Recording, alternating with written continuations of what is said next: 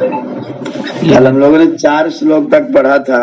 यद वाचा नभ्युदितम येन वाग अभ्युद्यते तदेव ब्रह्म त्वं विद्धि नेदम यदिदम उपासते।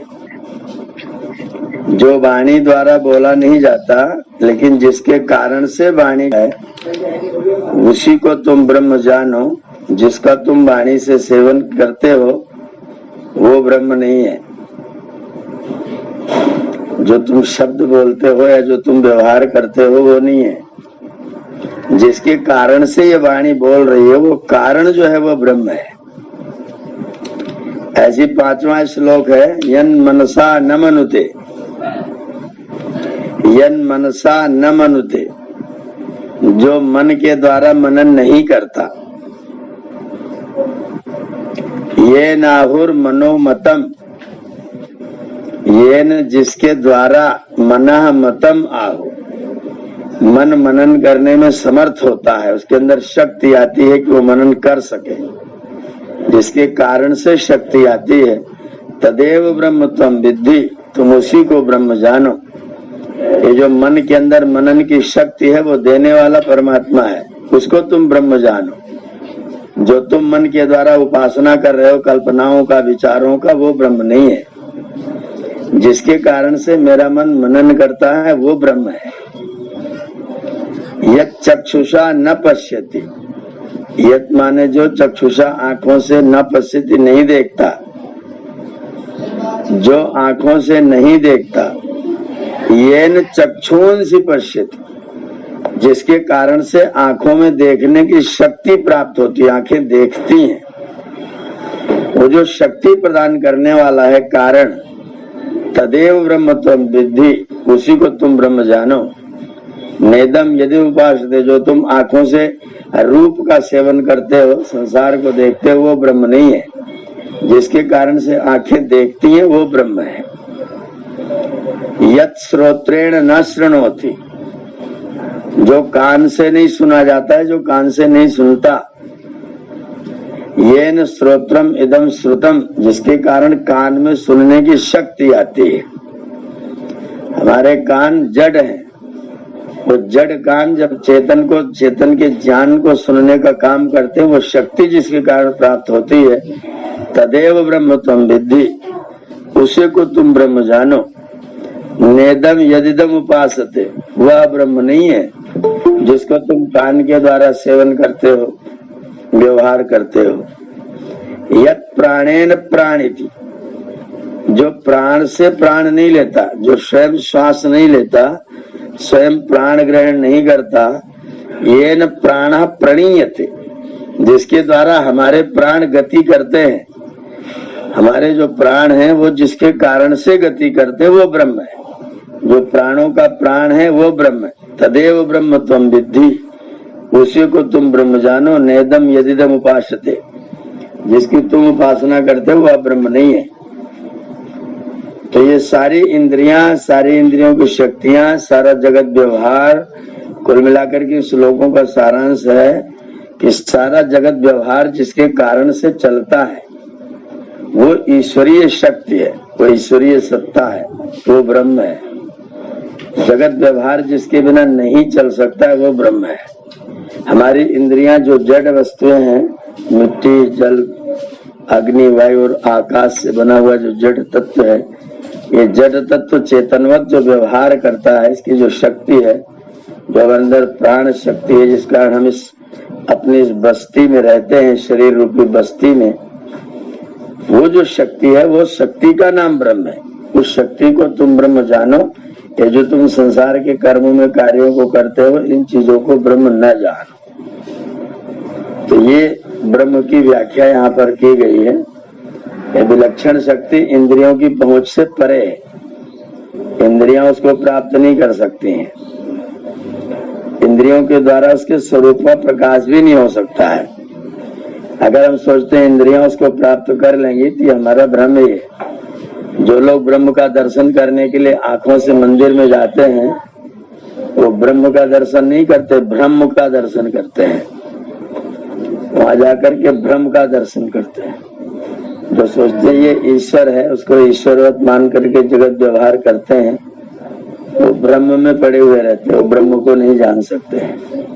ब्रह्म इंद्रियों की शक्तियों की पहुंच से परे है, उसकी प्राप्ति का साधन इंद्रियां नहीं है, और उसके स्वरूप का प्रकाश करने की सामर्थ्य भी इनके अंदर नहीं है। नाम उसके गुणों का यथावत प्रकटीकरण अपनी वाणी इत्यादि के द्वारा कर सकते हैं। थोड़ा बहुत उसके बारे में जैसे कोई एडवर्टाइजमेंट करता है, प्रचार करता है कि ये वस्तु ऐसी इसको ले लीजिए, उस तरह से वाणी उसकी स्तुति मात्र गा सकती है, लेकिन यथार्थ गुण वर्णन जो ईश्वर है उसको वाणी के द्वारा कहना बहुत मुश्किल काम है, वो करके देखने वाली चीज है। श्रोत्र, प्राण, आंखें, मन, ये सारी इंद्रियां जितनी भी कार्य कर रही हैं, उन सारी इंद्रियों को कार्य करने की जो शक्ति प्राप्त हुई है, वो जिसके द्वारा प्राप्त हुई, वो शक्ति को देने वाला सर्वशक्तिमान शक्तिमान ईश्वर जो है, वही उसी का नाम ब्रह्म है। उसको समझने के लिए आपकी इंद्रिय व्यापार जो है वो आपको एकाग्रता की ओर ले जा सकते हैं। चित्त की वृत्तियों को निषेध की ओर ले जाने के लिए जप इत्यादि का कार्य आप इंद्रियों से कर सकते हैं। ध्यान साधना के लिए आप शरीर का प्रयोग कर सकते हैं, लेकिन उसकी प्राप्ति के लिए, उसकी उपलब्धि के लिए तो आपको आत्मा के स्तर पर ही जाना पड़ेगा, और आत्मिक स्तर पर ही आत्मा को समझ करके ही उसकी जानकारी ली जा सकती है। इंद्रियों के माध्यम से उसकी जानकारी होना संभव नहीं है।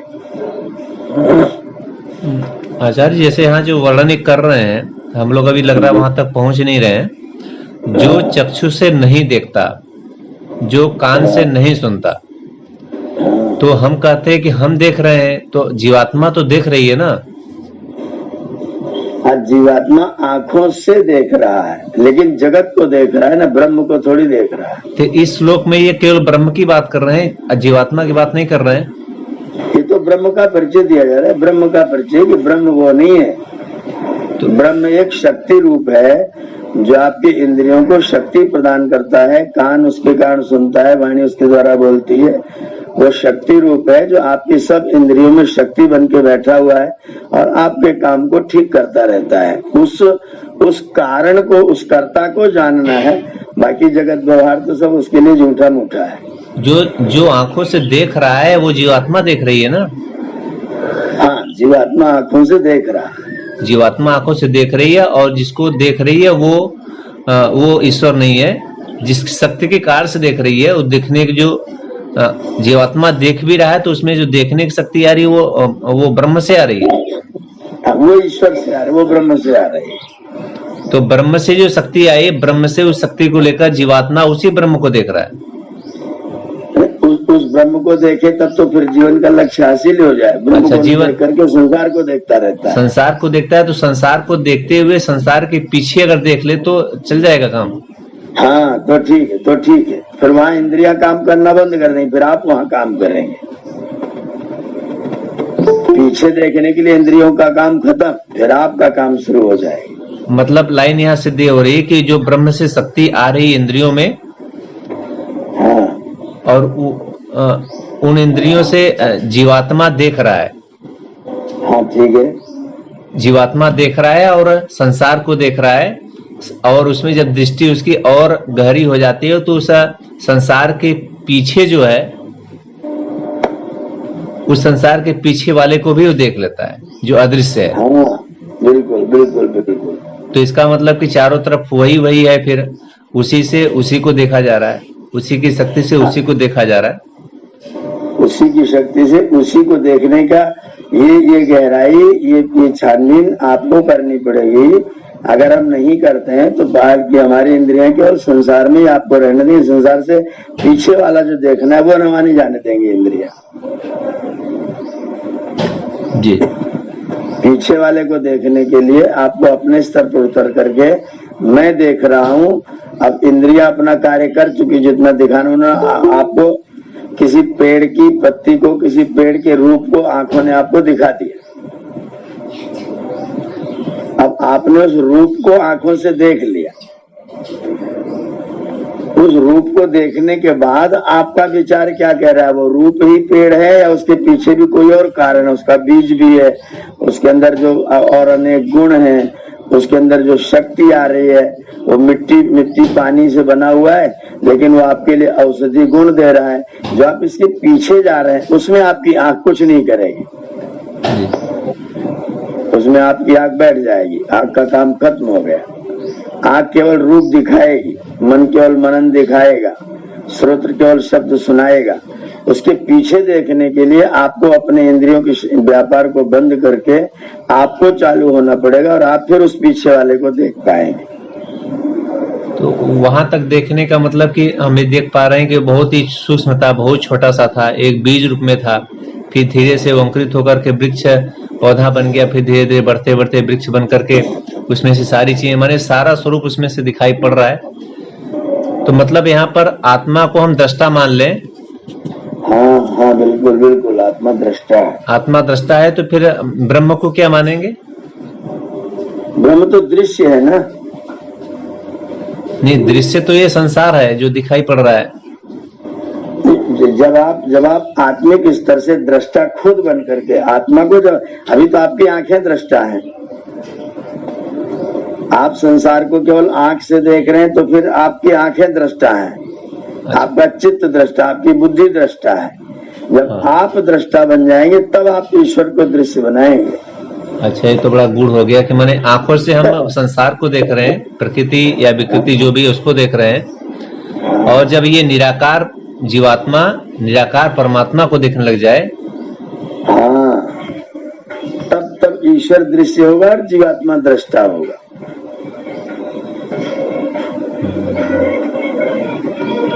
अभी तो आंखों ने रूप को देखा, बुद्धि को दे दिया, बुद्धि में विषय स्थिर हो गया और हमारी चित्त की वृत्तियां उसी बुद्धि के विषय को लेकर के खाना पीना सोना जगना रोना धोना अपना सांसारिक कार्य कर रही हैं। हम अपने स्तर पर अभी आए कहाँ हैं? हम तो जगत का जितना व्यवहार जो हम संसार में करते हैं वो सब इंद्रियों और बुद्धि के स्तर तक जाता है। बस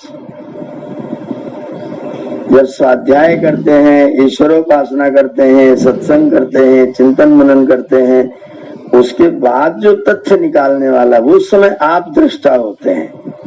और आप दृष्टा जब बनते तो फिर आपका दृश्य ईश्वर बनता है।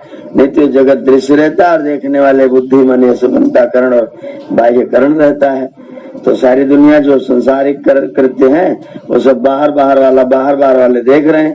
हम अपने दृष्टा तक पहुंचे तदा दृष्टि स्वरूप अवस्थानम, कब? जब योगस चित्त वृत्ति निरोधा, चित्त की वृत्तियां निरुद्ध हो जाएं तब आप दृष्टा बन के अपने आप को देखेंगे और अपने को देखेंगे। अभी तुम चित्त की वृत्तियों वाला ही दर्शन कर रहे हैं ना, तुम तो बुद्धि के स्तर तैयार है, बुद्धि से ऊपर जा ही नहीं रहे। मतलब वो जो देखने वाला है वो भी निराकार है, जिसको देख रहा है वो भी निराकार है, और निराकार को देख करके, ये तो बहुत ऊंचे स्तर का बात हो गया आचार्य। नहीं तो तदेव ब्रह्म तम विद्धि, इसीलिए तो कहा गया है आप उसी को ब्रह्म जानिए, जो इसके पीछे कार्य कर रहा है उसको ब्रह्म जानिए। अभी आप आगे आगे ही भटक रहे हैं और आगे आगे भटकते रहते, तो इसीलिए कोई मूर्ति में जा रहा है, कोई यहाँ देखने जा रहा है, कोई वहां देखने जा रहा है, कोई वैष्णो देवी घूम रहा है, कोई बनारस घूम रहा है, कोई मथुरा घूम रहा है। सब बाहर वाला व्यापार है। नहीं आचार्य, जाने में तो व्यापार कहीं नहीं हो रहा। जाने में तो बुराई नहीं है, जाएं, लेकिन जाकर के उसके पीछे उसको देख करके आए, जो यहाँ देखें वही वहां जाके देखें, वो दृष्टि पैदा नहीं हो रही है। पीछे वाले को देखने के लिए आपको अपने चित्त की वृत्तियों को निरुद्ध के स्तर पर लेकर के आना पड़ेगा। जब चित्त की वृत्तियां निरुद्ध होंगी तब आप ईश्वर को देखने की बात करेंगे। उससे पहले तो संसार को ही देखने की बात करेंगे। कहेंगे मैं भगवान को देखने जा रहा हूँ, पर जाएंगे संसार को देखने।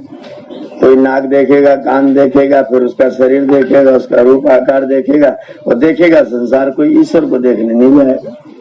मतलब हमने अगर घड़ा देखा तो पहले तो हमें कुम्हार को भी देख लेना चाहिए घड़े के साथ साथ में।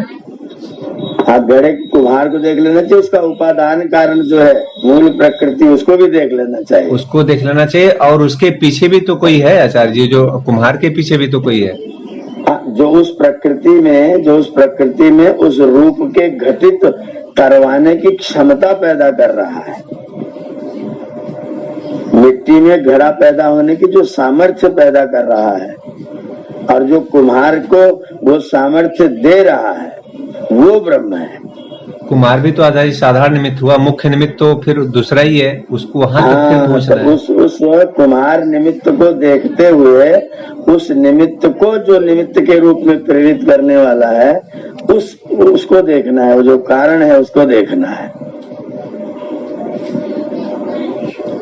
अगर हम किसी व्यक्ति को देख करके उसकी रचना करने वाले रचनाकार को देखने लग जाते हैं, उस रचना पर, रचना तो ठीक है बन गई हो गई, ठीक है मैंने आंखों से देख लिया, उसके रचनाकार पर जब आपका ध्यान जाता है तब आप ब्रह्म की तरफ जाते हैं, तब आप ब्रह्मावस्थ होते हैं।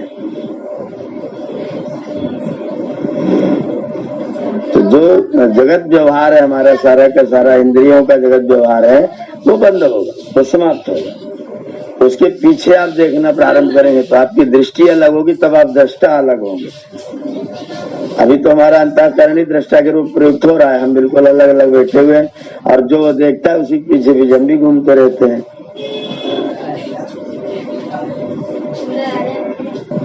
जो मन देखता रहता है, जो इंद्रियां देखती रहती हैं, उसी के पीछे हमारी वृत्तियां घूमती रहती हैं और हम उसी को देखते रहते हैं। ब्रह्म को देखने की तरफ तो हमारा मोड़ ही नहीं हो पाता है। इसीलिए स्वामी जी ने मूर्ति पूजा करने को बहुत भयंकर खाई कहा है, क्योंकि आपको ब्रह्म तक जाने देगी ही नहीं, तो आपको यहीं घुमाएगी। आपको ब्रह्म की स्थिति तक पहुंचने के लिए बाधा है। मूर्तियां बना करके ईश्वर को देखना जो है, ईश्वर तक पहुंचने के लिए बहुत भयंकर खाई है। स्वामी जी इसीलिए इस बात को कह रहे हैं। मतलब जो सजीव हैं, जो जीवंत हैं, उनको देख करके तो देखा जाए तो देखा जा सकता है, उसमें तो उन जीवंतों को देखते हुए भी उसके कारण को देखना है कि जीवंत भी बाहर की चीज है। जीवंत के अंदर जो जीवनी शक्ति देने वाला है, वो शक्ति रूप जो है वो ब्रह्म है, वहां पहुंचना पड़ेगा। ये भी सब बाहर हो जाएंगे, चेतन जड़ सब बाहर होंगे, न मूर्तियां रहेंगी न बाहर की मूर्तियां, ईश्वर रचित मूर्तियां रहेंगी, ये सब बाहर का ही दर्शन होगा। इसके अंदर जाकर के जिस शक्ति से सब प्रवाहित है उस शक्ति को देखना है। दोनों में आचार्य अंतर ये होगा कि जैसे किसी हम वृक्ष को देख रहे हैं और या किसी पक्षी को देख रहे हैं, तो उन दोनों को बनाने वाला को, उन दोनों के बनाने वाले को देख लें, दोनों बनाने वाले सीधा ब्रह्म तक पहुंच जाएंगे। और अगर हम मूर्ति को देखते हैं तो मूर्ति को बनाने वाले तक जाकर अटक जाते हैं, फिर तो कलाकार पर अटकेंगे। हाँ, उस कलाकार को प्रेरित करने वाला जो होगा, उसको बुद्धि देने और शक्ति देने वाला, वो फिर दूसरी शक्ति होगी। तो आपको एक क्लास क्रॉस करके फिर ऊपर जाना पड़ेगा। लेकिन एक अटकाव और है ना, वहाँ जो मूर्ति है जिसने कलाकार ने तो बनाया है, और जो खरीद करके लाया है या जिसने उससे बनवाया है, उसकी क्या मनसा है, उस मनसा में भी जाकर टकना पड़ता है, टकना पड़ सकता है। वो मतलब और कई सीढ़ियां होंगी, कई चीजें होंगी। उसकी पूजा कैसे हो रही है, वो रखी कैसे गई है, उसका फिर मंदिर कैसा बनाया गया है, वहाँ का वातावरण कैसा है, बहुत सारी चीजें खोजनी पड़ेंगी। उसका उद्देश्य उसमें तो सारा लग जाएगा। बना रखी उन्हीं को देख करके सीधा ईश्वर जुड़ा जाए। उनका उद्देश्य जो है वो उद्देश्य ठीक नहीं है, उद्देश्य स्पष्ट नहीं है, वो उसमें उनके उद्देश्य में मिलावट है, स्वार्थ है, जिसके कारण से उन्होंने बनाया। तो वहां पर अटकेंगे तो पूरा भटक ही जाएंगे फिर। तो उससे अच्छा है कि प्रकृति को देख करके, पक्षी को देख करके, वृक्ष को देख करके, तो वहां शायद उसको बनाने वाला तो वही है, तो वहां देखकर शायद भटकाव ज्यादा ना हो, वहां से यहाँ ज्यादा जल्दी उससे जुड़ा जा सकता है। उसके द्वारा बनाई गई मूर्तियों को देख करके उससे ज्यादा जल्दी और ज्यादा सुविधा से जुड़ा जा सकता है। अपने द्वारा बनाई गई इलाके खरीद के रखी गई चीजों को देख करके जुड़ने में तो और ज्यादा मेहनत करनी पड़ेगी।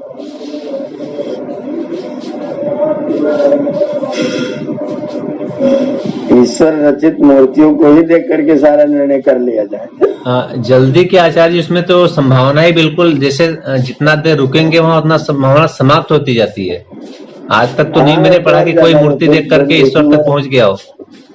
फिर वो मंदिर बड़ा करना, मेरी मूर्ति दूसरों से बड़ी होनी, मेरी वाली ज्यादा सुंदर होनी, इसके चक्कर में ज्यादा फंसता जाएगा।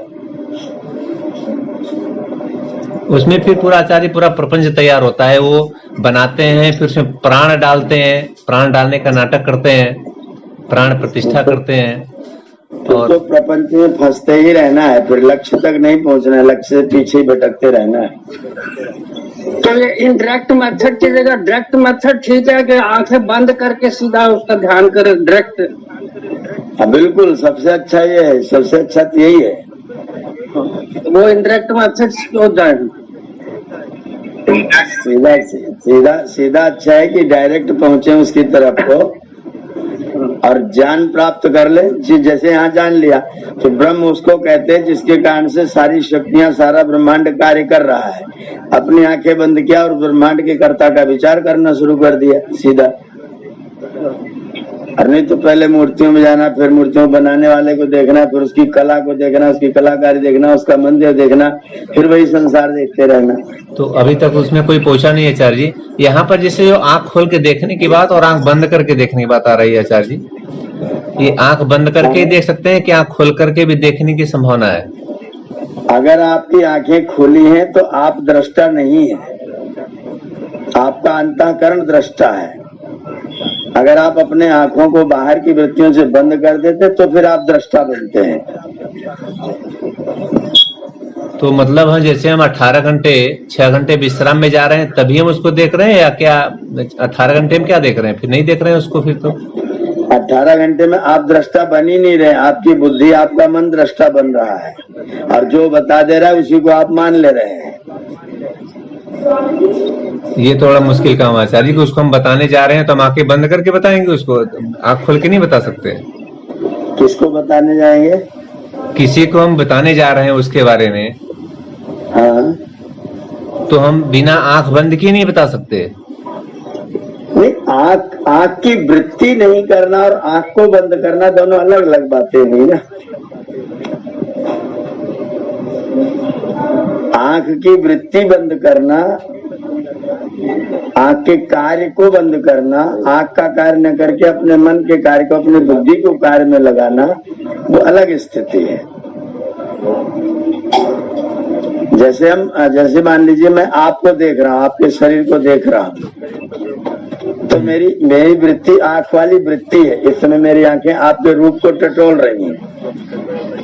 अब मैं आपसे बात करने लग गया, जब मैं आपसे बात करने का वाणी में आ गया तो मेरी आंख की वृत्ति बंद है, वो भले ही वो आंखें खुली हुई हैं लेकिन उसकी वृत्ति कुछ नहीं, वृत्ति बंद है। खुली आंखों से भी अगर उसकी वृत्ति बंद है तो आपकी आंखें तो बंद ही है।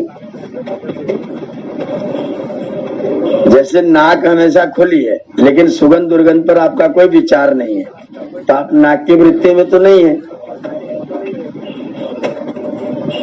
आपका कान खुला हुआ है, सब बातें सुन रहा है, लेकिन आप सब बातें न सुन करके मेरी बात को सुन रहे हैं, तो आपके कान की वृत्ति में बाहर वाले सारे शब्द होते होंगे, आपको क्या मतलब है? तो ठीक है, इंद्रिय खुला हुआ है कि नहीं, ये मोटा प्रसंग है। उसका सूक्ष्म प्रसंग है कि उसकी वृत्ति में आपका चित्त है कि नहीं, आपकी बुद्धि, आपका मन है कि नहीं। आंख भले खुली है लेकिन आंख की वृत्ति में आप नहीं है, आपकी वृत्ति अपने स्वास्थ्य पर है, आप सोच रहे अपने स्वास्थ्य के बारे में, आंखें खुली हुई है। ठीक है, मतलब आपकी वृत्ति कहाँ पर है ये देखने की बात है। मतलब आंखें खुली हैं तो भटकने का संभावना ज्यादा है, बहुत जगह मस्तिष्क चला जाएगा। हाँ, लेकिन अगर उसको देखना है, आंखें बंद करके देखना है, तो क्या हम उसको कब देखते हैं? अपने 24 घंटे में उसे कब देखते हैं, या देखते ही नहीं है बिल्कुल, हम कहीं और ही रहते हैं? अभी तो सामान्य जीवन जीने वाले लोग तो कहीं और रहते हैं, उसको तो कभी देखने का कोई मतलब ही नहीं होता है, उसको कभी नहीं देखते हैं। और हम लोग जैसे जो अपने आप को महर्षि दयानंद और ऋषियों की परंपरा के मान रहे हैं, तो हम लोग कब देखते हैं, कितना देख पा रहे हैं उसको? जब हम उपासना में बैठते हैं, उपासना में जब बैठते हैं, संध्या के मंत्र बोलते समय नहीं, संध्या के मंत्रों पर विचार करते समय जब आप उपासना में बैठ जाते हैं उस समय हम ईश्वर से मिलने की थोड़ी चेष्टा कर रहे हैं। अभी स्थूल चेष्टा भी और डीप में जाना है, लेकिन थोड़ी स्थूल चर्चा हम लोग ईश्वर के विषय, ईश्वर को देखने की बात कर लेते हैं संध्योपासना के टाइम पर। तो अभी तो हम लोग जैसे लगता है कि जब तक व्याकरण ठीक से नहीं पढ़ लिया तब तक वो जो कह रहे हैं, जो वाणी से बोल रहे हैं मंत्र ऋचा, अभी वो उसको देखने तक तो नहीं पहुंच रहे हैं, पढ़ रहे हैं। भाव मेरा है मन में जाने का, लेकिन वो वहां तक नहीं पहुंच रहे जहां तक वो पहुंचने के लिए कहा गया है। बहुतों की अपेक्षा से काफी ऊपर हैं, काफी अच्छे हैं, क्योंकि उसके विषय में हम लोग विचार विमर्श कर रहे हैं, उसके विषय में चिंतन कर रहे हैं। जैसे इस समय लोग ब्रह्म पर चिंतन कर रहे हैं, तो इस वक्त हम उसको देखने की चेष्टा कर रहे हैं, उसके बारे में बातचीत कर रहे हैं, उसकी चर्चा कर रहे हैं। और जो लोग इस तरह का अध्ययन ही नहीं करते, उपनिषदादि का वेदादि की चर्चा से बहुत दूर दूर है, वो शिव की चर्चा भी करते हैं तो गंगा धराए, जटा धराए, सर्पा धराए वाली चर्चा करते हैं, वो तो ब्रह्म के आसपास अगल बगल में भी नहीं जाते हैं।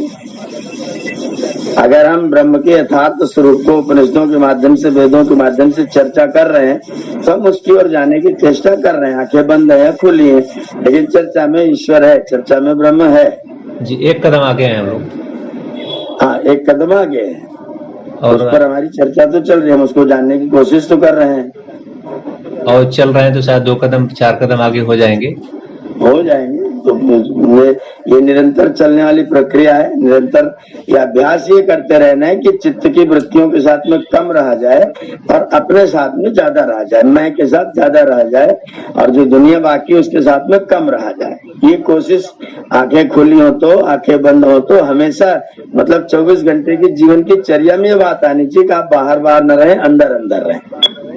लेकिन आचार्य, जैसे हम कोई चीज देखते हैं तो देखने के साथ हम उसके पीछे वाले के पास चले जाएं तो हमारे सारे कार्यों में बाधा नहीं आएगी, हम तो उसी में अटक के रह जाएंगे क्या? ऐसा डर है क्या इसमें? वो बाधा, काम में बाधा तो नहीं आएगी, और काम बाधित नहीं होता है। बस ये होगा कि उस काम में आप और गहरे हो जाएंगे, और गहरे चले जाएंगे, आपके काम की क्वालिटी और अच्छी हो जाएगी। मेरा तो ये अनुभव है। उसके विषय में अगर आप विचार करने लगे तो आपके कार्य की क्वालिटी अच्छी, क्योंकि आप उसको दिखाने के लिए कार्य करते होते हैं, तो दुनिया को दिखाने के लिए कार्य नहीं करते, उसको दिखाने के लिए कार्य करते हैं। तो आपका जो कार्य होता है उसकी क्वालिटी ज्यादा अच्छी होती है। आपका वाणी का प्रयोग ज्यादा अच्छा होगा, आपकी आंखों का प्रयोग ज्यादा अच्छा होगा, आपके कानों का प्रयोग ज्यादा अच्छा होगा। आप इनका अच्छा सदुपयोग करें, क्योंकि आप उसके पीछे से ईश्वर को देखने की चेष्टा कर रहे हैं। जिस परमात्मा ने इतनी सुंदर कला से मेरे कानों को बनाया है, मैं उन कानों का सत्संग सुनता हुआ सदुपयोग कर रहा हूँ, तो मेरी जो सुनने की प्रक्रिया होगी ज्यादा अच्छी होगी। इस विचार के साथ अगर हम सुनते हैं तो ब्रह्म को प्रतिष्ठित कर लेते हैं, तो आपकी क्रिया की क्वालिटी ज्यादा अच्छी होगी। मेरा यह अनुभव है। जैसे हम अगर उसको देखने लग गए, वो हमें मान रहे हैं कि हमारी जो इंद्रियों में शक्ति है देखने की, जो आंखें देख रही है उसमें शक्ति उसी से आ रही है, और हम उसी को देख रहे हैं। तो अगर हम ऐसा घंटों घंटों चलें तो हमारा और चिंतन में और कहाँ तक क्या जा रहेगा, उसमें क्या चलता रहेगा? उसके गुणों का ही चिंतन करेंगे या कुछ और क्या करेंगे उसमें? ईश्वर के गुणों का चिंतन करते रहेंगे, ईश्वर के साथ अपने आप को ज्यादा रोक कर रखेंगे। चित्त की वृत्तियों के साथ में आपका रहना कम होगा। जब चित्त की वृत्तियों में आपका रहना कम होगा, ईश्वर के साथ आपका रहना ज्यादा होगा, तो आप अपने मुक्ति के मार्ग की ओर जा रहे होंगे, मोक्ष की ओर जा रहे होंगे। आचार्य जी, मैं ईश्वर का एक एक गुण को चित्त में करके वो ध्यान कर रहा था। ये सर्वेश्वर जो है, ये जो फर्स्ट चैप्टर में 100 अर्थों में सर्वेश्वर नहीं है, इसका क्या पूरा अर्थ है? सर्व माने सबका, हाँ। ईश्वर माने शासन करने वाला, नियंत्रण करने वाला। ठीक है। सारे जगत में जितने भी तत्व संचालित हो रहे हैं, सूर्य चमक रहा है, चंद्रमा चल रहा है, पृथ्वी चल रही है, तारे नक्षत्र सब चल रहे हैं, ये सारे चलने वालों को जो अपने नियंत्रण में रख करके संचालित कर रहा है, वो सब का ईश्वर है। अच्छा, वो सर्वेश्वर है। जो फर्स्ट चैप्टर में 100 अर्थ हैं उनमें ये नहीं आए। हाँ, नहीं, उसमें नहीं आया, उसमें नहीं आया। उसमें केवल मुख्य मुख्य 100 नाम लिए गए हैं। अच्छा ठीक है, तो सब वो कुछ मुख्य 100 नाम लिए गए हैं, और जिन नामों में लोगों को भ्रम है उन नामों को लिया गया है। ठीक है, ठीक है। सर्वेश्वर में तो कोई भ्रम नहीं है, पर काली में भ्रम है, शिव में भ्रम है, ब्रह्म में भ्रम है। तो ब्रह्मा जी कौन है, शिव जी कौन है, विष्णु जी कौन है, उन नामों को स्वामी जी ने 100 नामों में संकलित किया है। जहाँ लोगों को भ्रम है, जो दूसरी दूसरी वस्तुओं को भी लोग मानते हैं, केवल उनका 100 नामों में संकलन किया गया है। ठीक है जी ठीक। अच्छा, धन्यवाद। ये सर्वेश्वर तो आचार्य दूसरे नियम में आया है। सर्वेश्वर जो है दूसरे नियम में आया है अपने। हाँ, आर्य समाज के दूसरे नियम में स्वामी ने संकलित किया है, लेकिन पहले से उल्लास में इसको नहीं दिया है। तो ईश्वर और सर्वेश्वर को दोनों को अगर अलग करके देखना चाहे तो ईश्वर तो सामान्य हो गया, ईश्वर माने शासन नियंत्रण करने वाला। ईश्वर को, जब सर्वेश्वर की बात करें तो ईश्वर कोई और भी हो सकता है। हाँ, ईश्वर तो राजा को भी कह लेते हैं ना। ईश्वर तो हम राजा को भी कह लेते हैं, लेकिन सर्वेश्वर तो परमात्मा के अतिरिक्त और कोई हो नहीं सकता है। ईश्वर राजा है तो भारत का राजा तो अमेरिका का राजा नहीं है, पर सर्वेश्वर तो अखिल ब्रह्मांड का राजा है। अखिल ब्रह्मांड, कोटि कोटि सूर्य, कोटि कोटि तारे, इन सारे ब्रह्मांड का जो नियंत्रक है, नियंत्रण करने वाला है, वो सर्वेश्वर है। आचार्य, यहाँ ईश्वर और सर्वेश्वर में इतना बारीक है, यहाँ तो धरती को माँ मानने से ही लोगों को माने उसमें विरोध है, ऐतराज है कि धरती। लोगों का जो विरोध है वो तो उनका अपना ज्ञान अज्ञान और उनका विषय है, जिनका जो भी विरोध हो। लेकिन जो तथ्य है, जो वैदिक सिद्धांत है, जिसके पीछे तर्क भी है, प्रमाण भी है, उसमें तो ये बात सिद्ध है कि जगत की व्यवस्था करने वाला, इसका नियंत्रण करने वाला नियंत्रक अगर कोई है तो ईश्वर है, और वही सब का है, इसलिए सर्वेश्वर है। इसको कोई वाणी से कहे न कहे, बहाना बनाए, पाखंड बनाए, अस्वीकार करता हुआ भी न माने क्योंकि संप्रदाय दूसरे में फंस गया है, तो कुछ भी कहता रहे, उसके कथन का कोई अर्थ नहीं है। आप ये देखिए कि यहाँ से करोड़ों मील दूर तारों को कौन गति प्रदान कर रहा है? जड़ होने के कारण अपने आप उनकी गति हो नहीं सकती है। अगर कोई गति प्रदान कर रहा है तो कोई तो है, और हम तुम कोई है नहीं, तो फिर कौन है उसको चलाने वाला? वो कैसे गतिशील है?